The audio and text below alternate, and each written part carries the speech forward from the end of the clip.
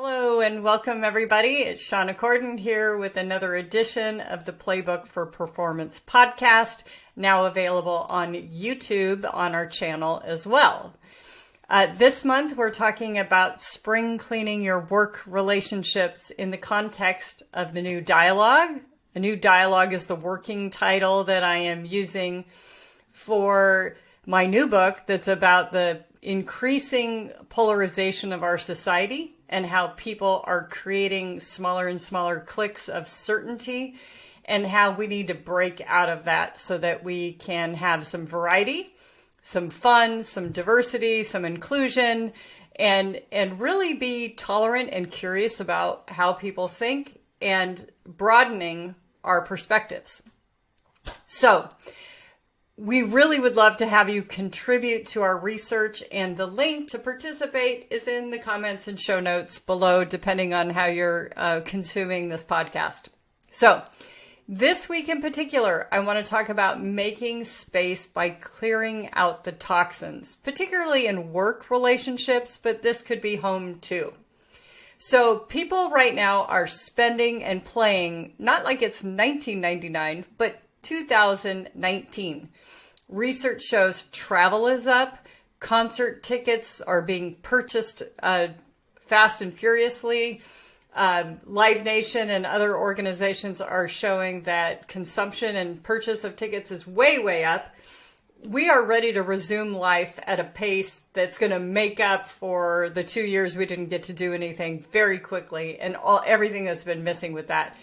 But there's something that we all unconsciously did to prepare for that, and that was clearing out the old. And in this case, it had to do with fear about being around larger groups of people. It had to do with getting rid of masks. It had to do with some of the mandates going away and things like that. And so in our lives, in general, to make room for new, we have to let go of the old. And in particular, what I want to talk about today is that during the pandemic, people generally made their circles smaller. Everybody had Zoom fatigue. You know, happy hours on Zoom, probably the first couple months might have been kind of fun, but after a while it was like, I have had enough Zoom, too much. And so in that space, we may have eliminated some relationships that weren't worth the effort. They weren't that valuable to us. And that's okay. We're not meant to be friends with lots and lots of people authentically. Our brains can only handle so much intimacy. And that's okay. But we want to make sure that the relationships that we have are actually really valuable, that they're nurturing, they're supportive. And so how do we decide what deserves our space and our effort? You know, how do we decide who's a toxic person and why we need them out? And it might be behavior. It might be their habits. We are the sum of the 5 people we spend the most time with. And so is your community of 5 people that are growing in the direction where you want to go? Sometimes we just outgrow our community. We have gradually succeeded to the point where we're upgrading our standards, and the rest of our group may not have continued to grow or desire to grow at that same level. And so how do you decide what deserves space and what deserves your effort? Because every relationship, if it's valuable, requires effort. It takes time to spend with these people. And you want to feel like after you've been with people, it's a good use of your time. So I'll give you an example of a quote here. I've been working at my blank, and I'm at the point where I don't know if I'm going anywhere. So I'm really questioning if I'm wasting my time and I should quit my blank and move blank. So you probably had some words pop up in your head as I read that phrase. You might have thought, my relationship, my marriage, my friendship, my workplace, my job, and do you want to move on? So how do you make a decision? When I'm coaching my clients, these kinds of topics come up regularly. And the best way to do this is to go back to your values. So a lot of times people are like, I'm not sure what my values are. I know what my old values were, or I know what my parents' values were, or my workplace values were, but I'm not so sure what my own are. So I give people these clues. 1, think about what drives you crazy.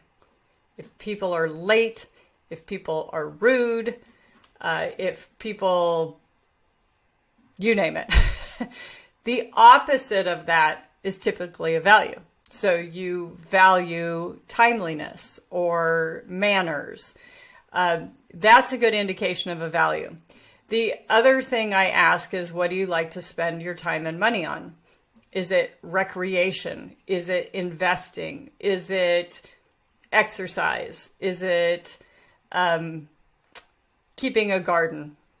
Those, and sometimes activities will support 2 or 3 values. So for example, gardening might be about beautifying your place. It might be about raising homegrown food. It might be reducing pressure on the planet by not having your food travel so far to get to you. It might be the pride of creating a meal that's made from your backyard. So activities can support many different things.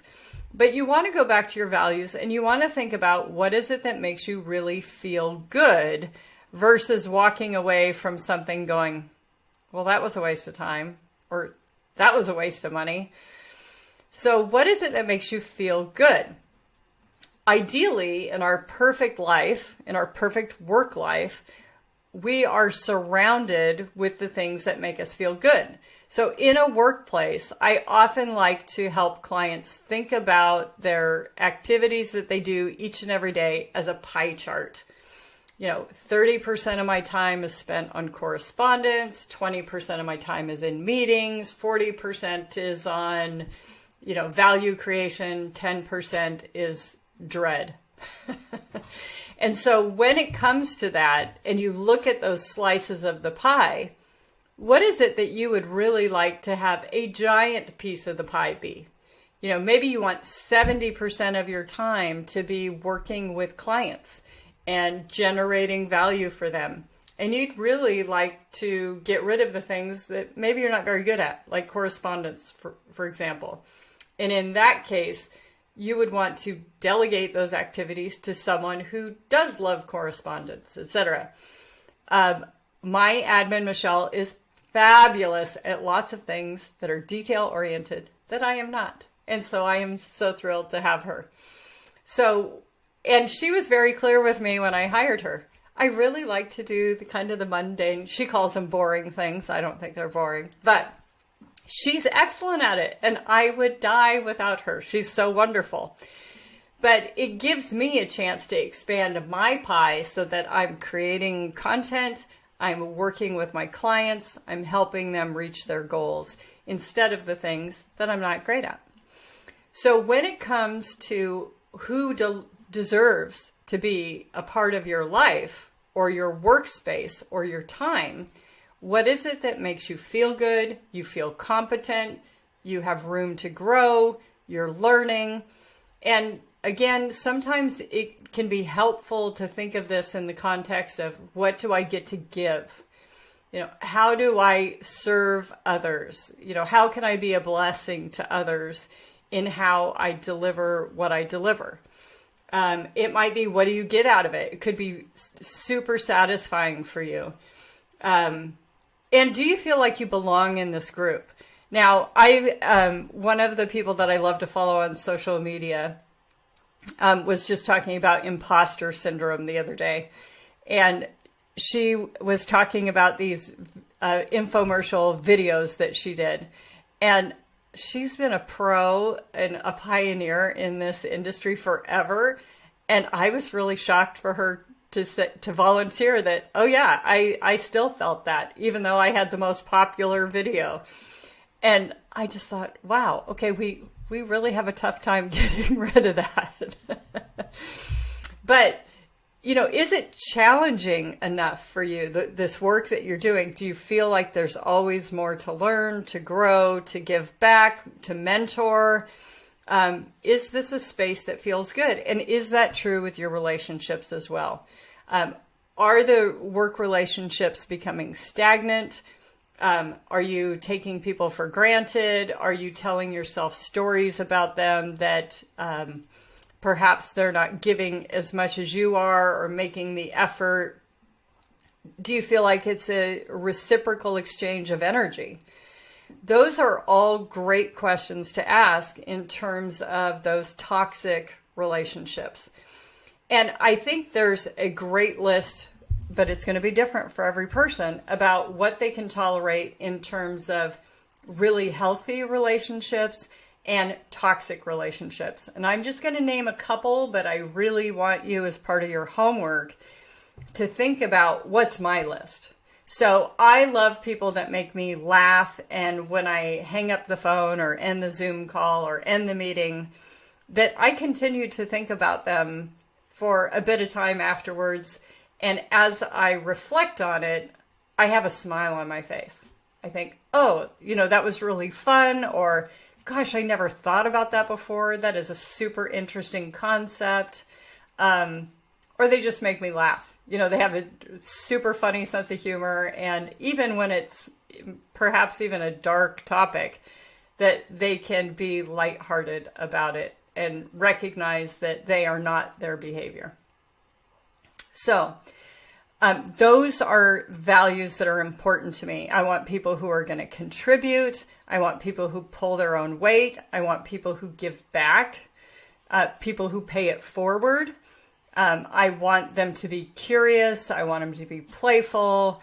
I want people who are really good at having fun. And I especially need people who are good at planning fun. I grew up in a household where you had to earn your play, and there was always something more to do. I was a perfectionist based on how I was raised. And so there was a lot of times I didn't think I deserved to play. And so I need people in my life that remind me that play is what helps you contribute.